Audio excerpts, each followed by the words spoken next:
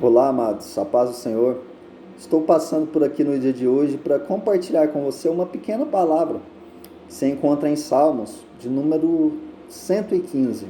Salmos, número 115, versículos 2 e 3. Diz assim a palavra do Senhor: Por que dirão as nações, onde está o seu Deus?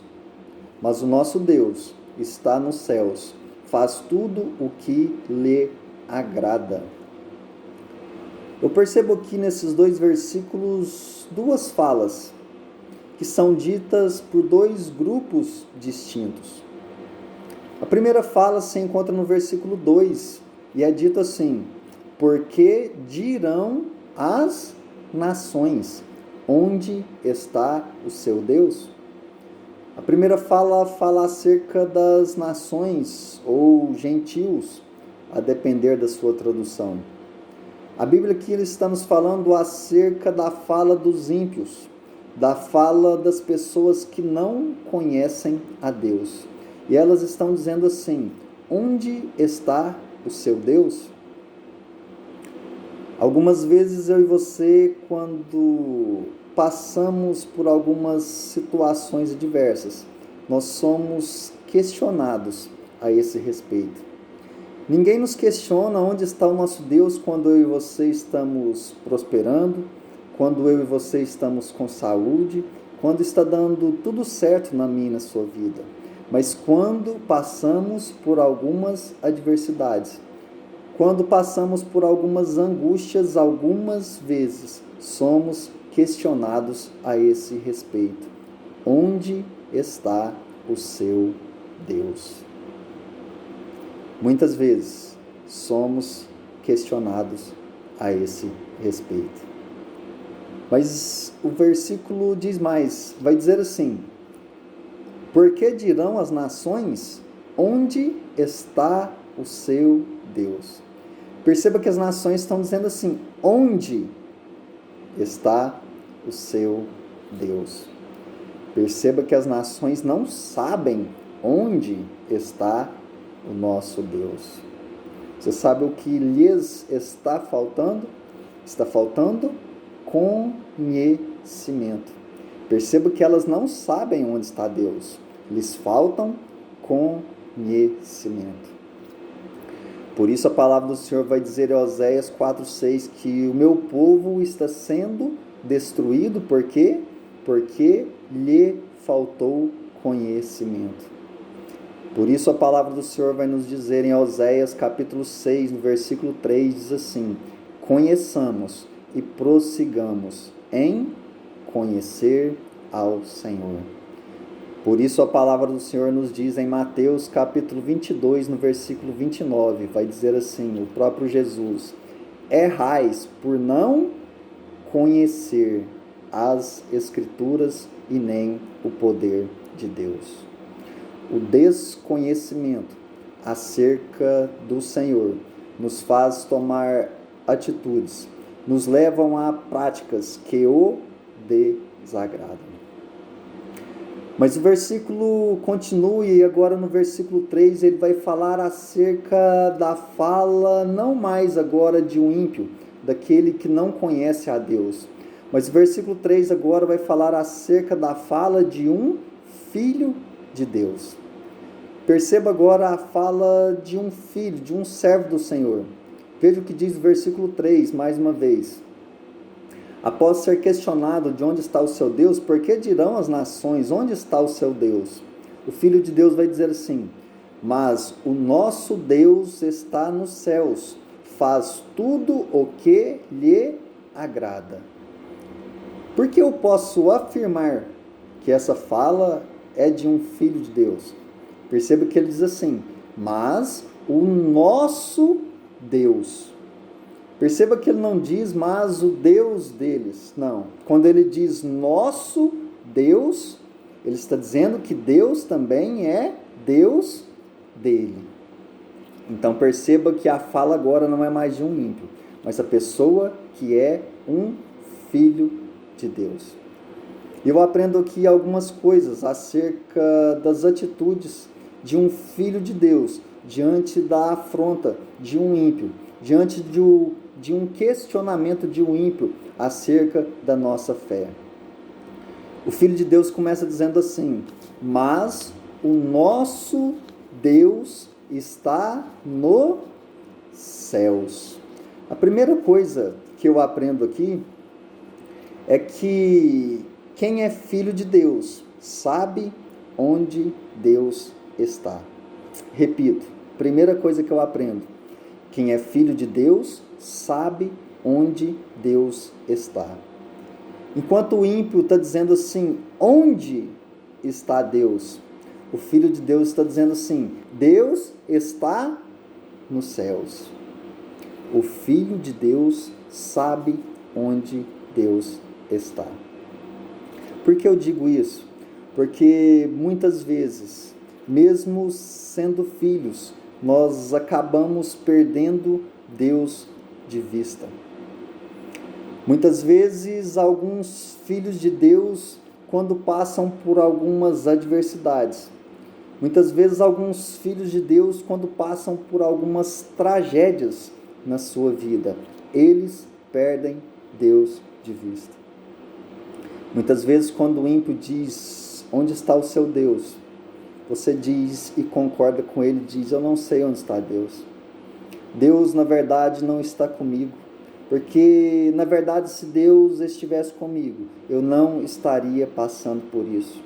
Se Deus estivesse comigo, isso não teria acontecido na minha vida. Irmãos, quem é filho de Deus, independente da situação que esteja passando, nunca perde Deus de vista. Ele sempre sabe onde Deus está. As nações estão dizendo: onde está o seu Deus? E ele está dizendo: o meu Deus, o nosso Deus está nos céus. Apesar das adversidades, ele não perde Deus de vista. Quem é filho de Deus sabe que não estamos imunes a adversidades. Quem é filho de Deus sabe que estamos sujeitos a tragédias. Quem é filho de Deus sabe que angústias virão durante a nossa trajetória. Jesus nunca nos escondeu isso. Ele disse: no mundo tereis aflições. Salmo 34, no versículo 19, diz que muitas são as aflições do justo. Mas eu aprendo uma outra coisa acerca da fala de um filho de Deus. Em primeiro lugar, ele sabe onde Deus está. Em segundo lugar, que eu aprendo é que ele vai dizer assim: o ímpio diz assim: onde está o seu Deus? E ele logo em seguida ele diz: o nosso Deus está nos céus. Perceba que ele não fica em silêncio. O Filho de Deus, ao ser questionado onde está o seu Deus, ele não fica calado. Segundo lugar que eu aprendo é que o Filho de Deus, ele defende a sua fé. Que argumentos eu e você possuímos ao sermos questionados acerca da minha e da sua fé? A palavra do Senhor vai nos dizer em 2 Timóteo, no capítulo 2, no versículo 15, que nós, que somos obreiros do Senhor, devemos manejar bem a palavra da verdade. Que argumentos eu e você possuímos para que eu e você não deixemos os ímpios questionarem a nossa fé. Mas em terceiro lugar eu aprendo uma outra coisa.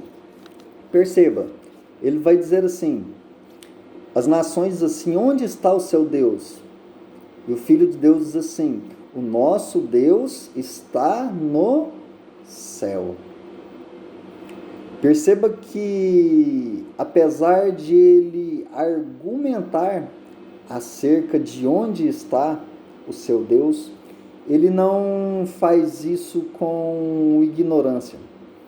Ele não trata o ímpio com falta de educação. Ele não trata o ímpio com aspereza. Por quê? Porque o Filho de Deus não está aqui para criticar os ímpios. Eu e você que somos filhos de Deus não estamos aqui para crucificar aquele que não conhece ao Senhor.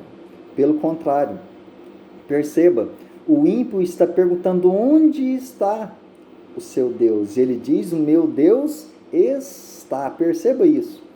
O ímpio pergunta onde está e o Filho de Deus diz: meu Deus está nos céus. Perceba que o Filho de Deus está apontando o caminho. Onde está o seu Deus? O meu Deus está nos céus. Ele está apontando o caminho. Esse deve ser o meu e o seu papel. Não devemos atirar pedras, mas devemos apontar o caminho. Eu e você estamos aqui para apontar o verdadeiro caminho. E esse caminho se chama Jesus Cristo de Nazaré. Mas eu aprendo mais. O versículo continua e diz assim: o nosso Deus está nos céus, faz tudo o que lhe agrada. O nosso Deus está no céu e faz. Aquele que é filho de Deus sabe que Deus faz. Aquele que é filho de Deus sabe que Deus trabalha. Aquele que é filho de Deus sabe que Deus age.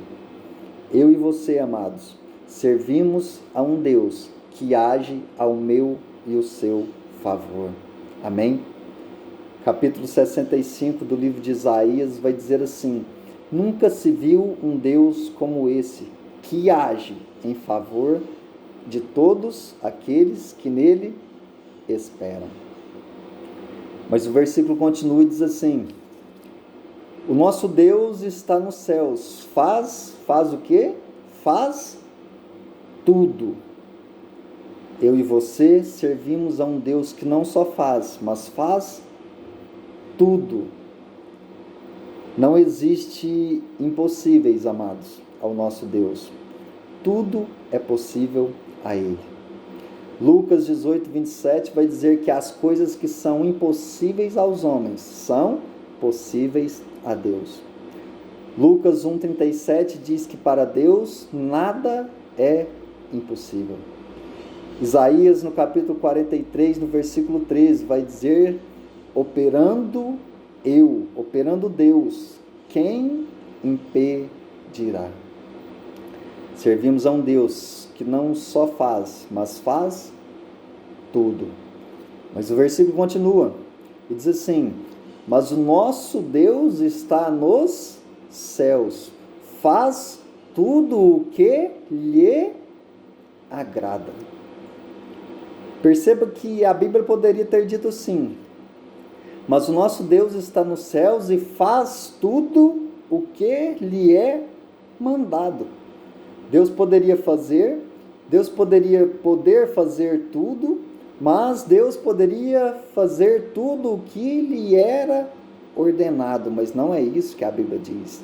A Bíblia diz que Deus pode fazer tudo e que Deus faz tudo o que lhe agrada. Em quarto lugar, que eu aprendo aqui é que Deus não é subordinado a ninguém. Deus faz tudo o que lhe agrada. A Bíblia vai dizer que Ele é o Rei dos reis e Senhor dos senhores. E eu termino dizendo, e o versículo termina dizendo assim: mas o nosso Deus está nos céus, faz tudo o que lhe agrada. Perceba, a Bíblia está dizendo que Deus faz tudo o que lhe agrada. A Bíblia não diz que Deus faz tudo o que me aguarda. Repito, a Bíblia diz que Deus faz tudo o que lhe agrada. A Bíblia não diz que Deus faz tudo o que me agrada. Deus não faz tudo o que eu quero, Deus faz tudo o que Ele quer. E muitas vezes temos dificuldade de aceitar isso, porque muitas vezes o que eu quero não é o que Deus quer, e muitas vezes eu quero o que eu quero e não o que Deus quer.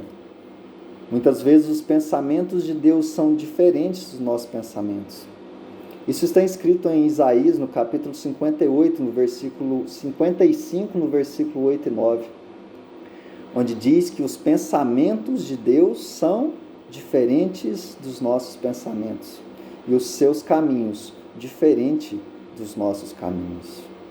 Mas eu quero te dizer que Deus faz tudo o que lhe agrada. Deus não faz o que eu quero, mas o que Ele quer.